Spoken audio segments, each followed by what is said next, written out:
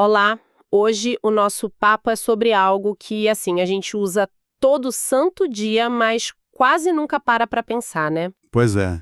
Está ali quietinho, funcionando. Então, a nossa missão hoje é essa: decifrar a tecnologia que permite que tudo, nossos arquivos, sistemas operacionais, aplicativos, exista de forma persistente, tanto no nosso computador em casa, quanto nos data centers gigantes que movem o mundo. Bora lá. Ok, vamos desvendar isso. Começando pelo cavalo de batalha, o disco rígido, o HDD. Por décadas, ele foi o padrão. Como é que essa peça, que hoje parece de museu, mas ainda é super usada, funciona? A melhor analogia para um HD é um toca-discos de vinil. Só que, assim, numa versão anabolizada. Gostei. Dentro daquela caixinha de metal tem um ou mais discos, os pratos, que giram numa velocidade absurda. Coisa de 4.200 a, em alguns casos, 15.000 rotações por minuto. É muito rápido. E sobre cada face desses pratos, flutua um braço com uma cabeça de leitura e escrita minúscula na ponta. Peraí, flutua. Como assim? Ele não chega a encostar no disco? Jamais, de jeito nenhum. Se encostasse, com essa velocidade toda, o disco seria destruído. A cabeça flutua numa camada de ar que a própria rotação cria. Uau! E é essa cabeça que vai magnetizando pontos minúsculos na superfície, para gravar zeros e uns. Só que o grande problema no fim do dia é que é um objeto físico se movendo. Em movimento leva tempo. Exatamente. É aí que a gente esbarra nos dois principais gargalos de velocidade. O primeiro é o tempo de busca. O famoso seek time. Isso, o seek time. É o tempo que o braço leva para se mover fisicamente até a trilha correta. Em média, uns 10 milissegundos. E o segundo? É a latência rotacional. O braço já chegou na trilha, mas agora ele precisa esperar o setor certo do disco girar e passar embaixo dele. E lá se vão mais uns 5 milissegundos. 15 milissegundos no total. Pode parecer pouco, mas para um processador que faz bilhões de operações por segundo, isso deve ser uma eternidade. É uma vida inteira. É o computador inteiro, super moderno, de braços cruzados, esperando a parte mecânica fazer o seu trabalho. Isso me leva a um ponto. Num sistema multitarefa, não é só um programa pedindo acesso. São vários processos querendo coisas em lugares diferentes do disco, tudo ao mesmo tempo. Exato, é o caos. Se o sistema operacional só atendesse na ordem de chegada, a cabeça de leitura ia ficar pulando de um lado para o outro, né, perdendo um tempo absurdo. Aqui é onde a coisa fica realmente interessante. Como o sistema organiza essa bagunça? Essa é a pergunta-chave, e a solução para isso é genial.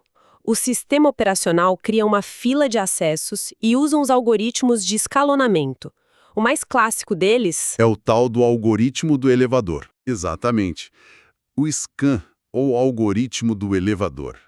O nome já diz tudo. A cabeça de leitura se move de uma ponta do disco até a outra de forma contínua, atendendo todos os pedidos que encontra no caminho.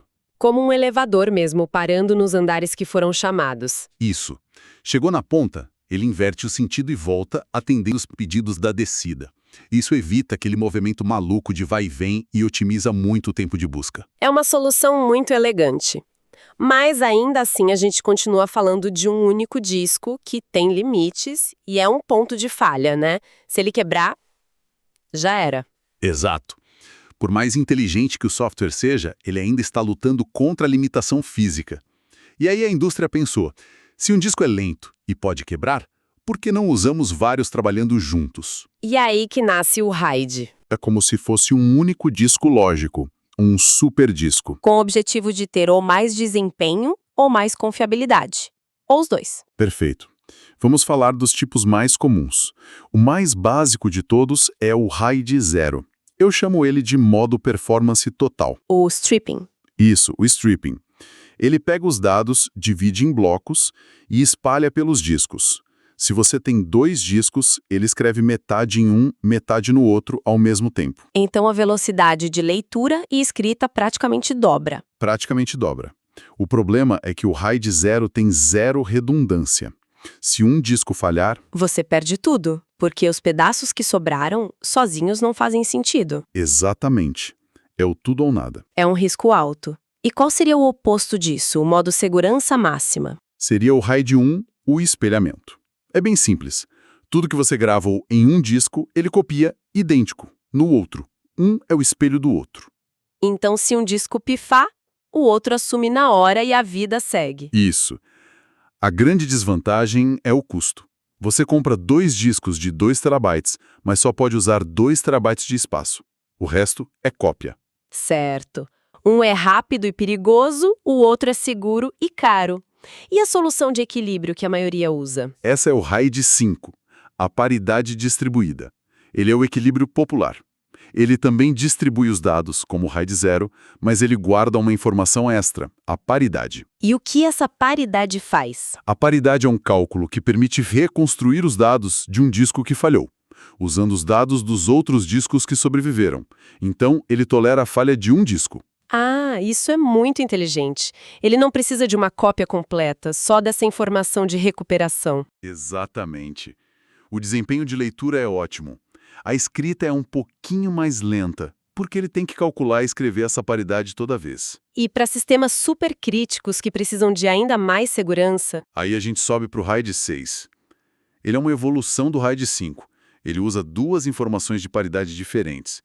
Com isso, ele consegue sobreviver à falha simultânea de até 2 discos. o que deve ser essencial em arranjos com dezenas de discos, onde a chance de uma segunda falha acontecer, enquanto o primeiro está sendo reconstruído, não é desprezível. Exatamente.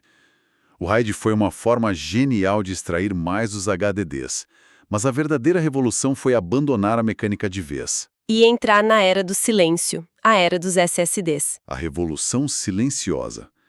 O SSD, ou dispositivo de estado sólido, joga fora tudo o que é mecânico. Não tem prato, não tem braço, não tem motor. É tudo eletrônico. É só um chip de memória, basicamente. Um tipo de memória muito específico, a Flash NAND. A mesma que a gente encontra em pendrives, só que, é claro, muito mais rápida e complexa. E se não tem nada se movendo, a forma de gravar os dados deve ser totalmente diferente, né? Completamente. E são essas regras que definem tudo sobre um SSD. Pensa na memória como se fosse um caderno. Ela é organizada em páginas, que são as folhas, e em blocos, que são os cadernos inteiros. Ok, páginas e blocos. E aqui vem as regras bizarras. Regra 1. Você pode escrever em qualquer página que esteja em branco. Regra 2, e essa é a mais estranha. Você não pode apagar uma página individual, você só pode apagar um bloco inteiro de uma vez. Peraí, como assim? Isso não faz sentido. Se eu abro um arquivo de texto, mudo uma palavra e salvo, o que acontece? Eu não estou reescrevendo naquela página? Quando você salva essa mudança, o cérebro dele, o controlador, escreve essa nova versão do arquivo numa página completamente nova, em branco, em outro lugar do SSD. E a página antiga? Ele simplesmente marca a página antiga como inválida. Lixo. Não use mais. Então, com o tempo, o meu SSD vai ficando cheio de lixo, de páginas inválidas espalhadas por toda parte. Isso parece muito ineficiente. E seria, se não existisse um processo interno chamado coleta de lixo, o Garbage Collection, A faxina do SSD. a faxina. De tempos em tempos, o controlador acha um bloco que está cheio de páginas inválidas, copia as poucas páginas que ainda são válidas daquele bloco para um bloco novo, e aí sim apaga o bloco antigo inteiro. Ele fica limpinho, pronto para ser usado de novo. Essa reorganização constante não deixa o SSD mais lento? Deixaria. Mas o sistema operacional dá uma ajuda com o comando trim. Quando você apaga um arquivo, o sistema avisa para o SSD: olha, os dados que estavam aqui não são mais importantes. Isso ajuda o controlador a saber o que é lixo de verdade, e a coleta fica muito mais rápida. Faz sentido. E tem outra questão. Cada bloco desses só pode ser apagado um número limitado de vezes, né? Ele se desgasta. Sim, existe um limite de ciclos de escrita. Então, se eu uso sempre os mesmos blocos, eles não morreriam muito antes do resto do SSD? Sim, e para evitar isso, o controlador tem mais um truque na manga: o nivelamento de desgaste, wear leveling. Ele é um gerente de logística. Ele distribui as operações de escrita de forma uniforme por todo o SSD. Tipo um rodízio? Exatamente. Ele garante que todos os blocos se desgastem por igual, o que maximiza a vida útil do dispositivo. É um trabalho de gerenciamento constante e muito complexo. Esse controlador parece ser a peça mais importante do SSD, um tradutor e um gerente ao mesmo tempo. Sem dúvida. Ele é o que faz a complexidade da memória flash parecer um disco normal para o sistema operacional. Mas assim, não adianta ter um carro de Fórmula 1 se a pista é de terra, né? A interface de conexão. A interface. Por muito tempo, HDs e SSDs usaram a mesma, a SATA. Ela é boa, mas para um SSD moderno, ela é um gargalo. A revolução veio com o NVMe. Que não é bem uma interface, é mais um protocolo, né? É um protocolo que roda sobre o barramento PCI Express. É como se você conectasse o SSD direto na rodovia principal do computador, a mesma que as placas de vídeo usam. A velocidade é outra. Então, na prática, para a gente resumir, HD versus SSD. Quando escolher um ou outro hoje em dia? Olha, hoje é um jogo de equilíbrio. Os HDs ainda são imbatíveis no custo por gigabyte. Eles são perfeitos para dados frios. Arquivos grandes, backups, coisas que você não acessa toda hora. Isso. Sua coleção de filmes, fotos antigas. Já os SSDs, principalmente os NVMe, são para dados quentes. Sistema operacional, aplicativos, jogos, tudo que precisa de velocidade e resposta rápida. E como isso se aplica no mundo real? Para um usuário doméstico e para um data center, por exemplo? Para um usuário doméstico, a combinação ideal hoje é um SSD NVMe para o sistema e programas e um HD grande para o resto. Você tem velocidade onde importa e capacidade onde precisa. O melhor dos dois mundos. Já nos data centers, a lógica é a mesma, só que numa escala absurda. Eles usam SSDs de altíssima performance para bancos de dados e aplicações críticas e sistemas RAID com centenas de HDs para armazenamento de longo prazo, de dados frios. Que jornada, hein? A gente saiu da precisão mecânica de um disco giratório, com algoritmos imitando elevadores, e chegou nesse cérebro de silício que faz faxina e rodízio para gerenciar células de memória. No fim, a gente só trocou um tipo de batalha contra a física por outra. Deixamos de lutar contra a inércia e o atrito para lutar contra o desgaste do silício. Isso mostra que não existe uma solução perfeita, né? É sempre um balanço entre custo, capacidade, desempenho e confiabilidade. Sempre. A ferramenta certa para a necessidade certa. Isso me traz de volta àquela questão do controlador do SSD. Você disse que ele é um tradutor. Existe alguma forma de pular esse tradutor? Pois é. Essa é a pergunta que nos leva ao futuro. O material que a gente analisou menciona um conceito que está começando a aparecer, principalmente em data centers. Os SSDs de canal aberto. Open Channel SSDs. A ideia é exatamente essa. Tirar uma parte da inteligência do controlador e deixar que a aplicação, um banco de dados gigante, por exemplo, gerencie diretamente as células de memória. Ela falaria direto com a fonte. Direto com a fonte.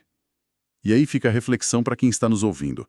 Que nível de desempenho ou durabilidade a gente poderia alcançar se um software pudesse controlar exatamente onde e como cada bit de dado é escrito e apagado, sem intermediários?